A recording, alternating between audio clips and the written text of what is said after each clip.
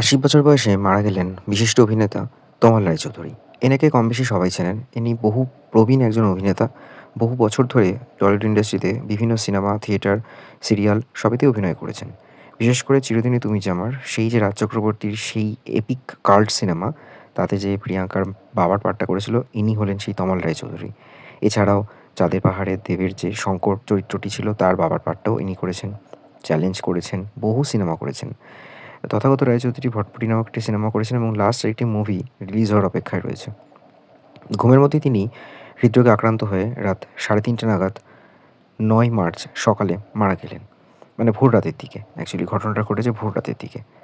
কিছুদিন আগে তার একটা পেসমেকার বসেছিল এবং তারপর থেকেই শারীরিক কমপ্লিকেশন বেড়েছিল। বার্ধক্যজনিত সমস্যা তো ছিলই। যার জন্য তিনি শেষের দিকে বেশ কয়েকটা সময় সিনেমা, সিরিয়াল কিছুই করছিলেন না। অনেকদিন তাকে টিভি সিরিয়ালে দেখাও যাচ্ছিল না।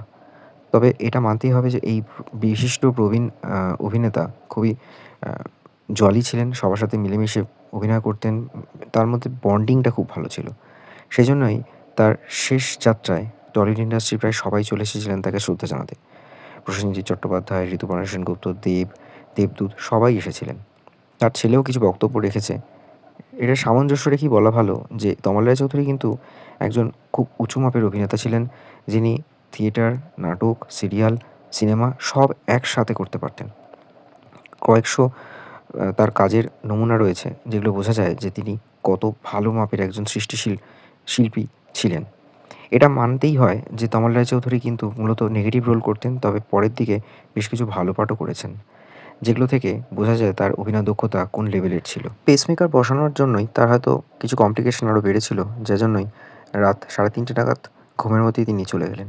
সকালবেলা যখন উঠতে দেরি হচ্ছে দেখে পরিচারিকা তাকে ডাকছিলেন, তখনই অনেকের সন্দেহ হয়। সেজন্য তড়িঘড়ি ফ্যামিলি ফিজিশিয়ানকে ডাকা হয় এবং তিনি এসে পরীক্ষা-নিরীক্ষা করে দেখেন এবং বলেন যে বেশ খানিকটা সময় আগেই তিনি ইহলোক ত্যাগ করেছেন। ৩:৩০-৪টা নাগাদ তিনি ঘুমের মধ্যেই হার্ট অ্যাটাক হয়ে মারা যান এবং তার ছেলে বলেছেন যে তার বাবা এতটাই আ মানে বন্ডিং, টিম বন্ডিং বলুন, বাড়িতে একাই মাতিয়ে রাখার মতো তার ব্যাপার ছিল। তার ব্যক্তিত্ব সবার কাছে বেশ আকর্ষণীয় ছিল এবং চলে যাওয়ার দিনেও তার ছেলে তাই পুরনো দিনের স্মৃতিগুলোই রোমন্থন করছিলেন এবং সেগুলো বোঝা যায় যে কতটা কাছের মানুষ ছিলেন, সবাইকে নিয়ে চলতে পছন্দ করতেন এই তমাল রায়চৌধুরী। উনি আমার বাবা। সুতরাং আমার মা আগে চলে গেছে না, বাবা চলে গেছে। সুতরাং আমি পিতৃহারা। এছাড়া আর কি বলবো? উনি যে উইটি মানে সেটা বাড়িতেও ছিলেন একই রকম উনি মজা করার। এক্সেপশনাল লিবিটি এবং উনি মানে using jokes was his way of speaking. উনি ওইভাবেই কথা বলতেন। That was his language. So ওই জন্য আমাদের বাড়িতে আমরা খুব সবাই কাঁদছে, ভেঙে পড়েছে তা নয়। বিকজ কনসিস্টেন্টলি আমরা বাবার মজার মজার গল্প করছি। নশ্বর দেহখানি তিনি এ জগতে ত্যাগ করলেন ঠিকই, তবে তার সৃষ্টিশীল কাজকর্মগুলোর মাধ্যমে সারা জীবন তারকে সবাই মনে রাখবে। তার এই স্পেশালি 'চিরদিনই তুমি যে আমার', 'চাঁদের পাহাড়' এই সমস্ত যে এপিক সিনেমাগুলোতে তার যে ভূমিকা, আওয়ারা প্রত্যেক কটাতেই তিনি প্রশংসার অধিকারী। দেখতে থাকুন বং স্টোরিজ। ভিডিওটা কেমন লাগলো অবশ্যই জানান কমেন্ট